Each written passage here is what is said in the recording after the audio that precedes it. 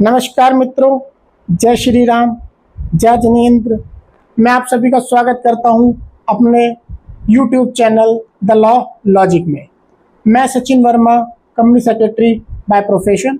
आज हम चर्चा करने वाले हैं ROC दिल्ली के द्वारा लगाया गया एक कंपनी पर एडजुडिकेशन ऑर्डर पर, जो कि आधारित है section 118 subsection 10 of companies act के वायलेशन पर और इसी के साथ सेक्रेटरी स्टैंडर्ड 1 और सेक्रेटरी स्टैंडर्ड 2 पर।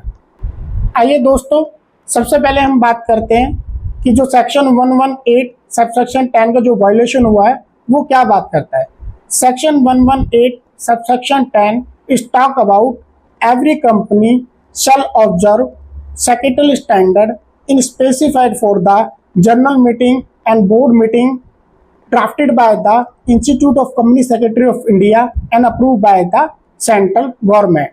Now हम अब बात करते हैं SS1.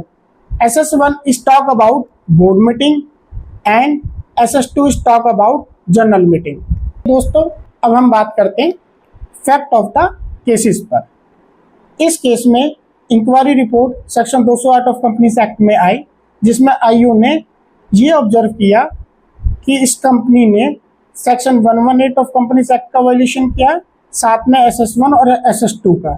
जो फैक्ट था वो फैक्ट ये था कि कंसर्न फाइनेंशियल ईयर में जो इन्होंने एनुअल फॉर्म्स फाइल किए थे उसमें एनुअल जनरल मीटिंग की नोटिस पर नंबरिंग नहीं थी।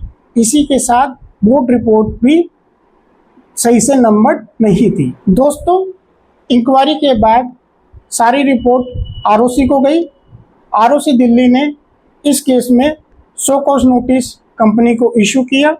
इसी के साथ कंपनी को अपॉर्चुनिटी ऑफ बीइंग हियर्ड भी दिया गया। कंपनी की तरफ से कंपनी के ऑथराइज्ड रिप्रेजेंटेटिव ROC दिल्ली के सामने पेश हुए और उन्होंने अपनी गलती मानी कि किस तरीके से कंसर्न फाइनेंशियल ईयर में उनसे ये गलतियां हुई। आइए दोस्तों, अब हम बात करते हैं सेक्शन 118 सबसेक्शन 11, जो कि पेनल्टी के प्रावधान के बारे में बताता है अगर सेम सेक्शन का वायलेशन होता है।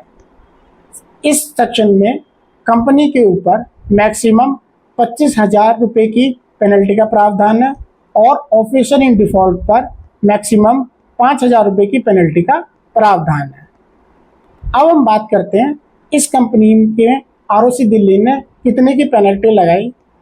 इस केस में ROC ने जो कंपनी के ऊपर कैलकुलेट की गई पेनल्टी है वो है 25,000 रुपये और इसी के साथ ऑफिसर इन डिफॉल्ट पर जो कैलकुलेट की गई पेनल्टी है वो है 5,000 रुपये। चूँकि ये कंपनी एक स्मॉल कंपनी थी तो सेक्शन 440B का उपयोग करते हुए ROC ने इसकी पेनल्टी को हाफ कर दिया है, जो कि इनको पेमेंट करनी पड़ेगी। आइए अब हम बात करते हैं कंपनी को ये पेनल्टी भरनी कैसे है। कंपनी को 90 दिन दिए जाते हैं इस ऑर्डर के पास होने के बाद ROC को पेनल्टी सबमिट करने के लिए। दोस्तों, अब एक सवाल दिमाग में आता है, क्या इस ROC ऑर्डर के खिलाफ अपील की जा सकती है? ऑफ कोर्स, इस ऑर्डर के खिलाफ अपील कंपनी RD में कर सकती है 60 दिनों के अंदर ADJ फॉर्म फिल करके। फ्रेंड्स, अब हम बात करते हैं इस केस से हमें सीखने को क्या मिला। इस केस से सबसे पहला जो टेक के वेस है हमें सीखने को मिला है, secretary standards are not optional. Again, secretary standards are not optional. It means अगर आप किसी भी प्रोसीजरल पार्ट में फॉर एग्जाम्पल नोटिस में नंबरिंग नहीं करते तो ये भी पेनल्टी को ट्रिगर कर सकता है।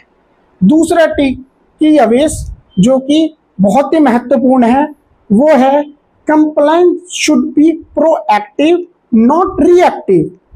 Compliance should be proactive not reactive.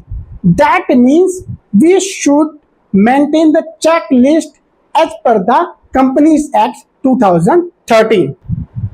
अब हम अपने इस लास्ट सेक्शन में इस वीडियो को एक छोटी सी शायरी के साथ अंत करना चाहूँगा। कहावतों की दुनिया में हर अल्फाज का मोल होता है, कागजों की दुनिया में हर अल्फाज का मोल होता है, एजीएम का नंबर भी अब कानून का तोहफा होता है। भूल गए जो दस्तूर की सादी सी एक लाइन में, भूल गए जो दस्तूर की सादी सी एक लाइन में, वो भूल कर भी अदालत में एक सवाल होता है। दोस्तों, don't forget to like, subscribe and share our YouTube channel the law logic. Thank you.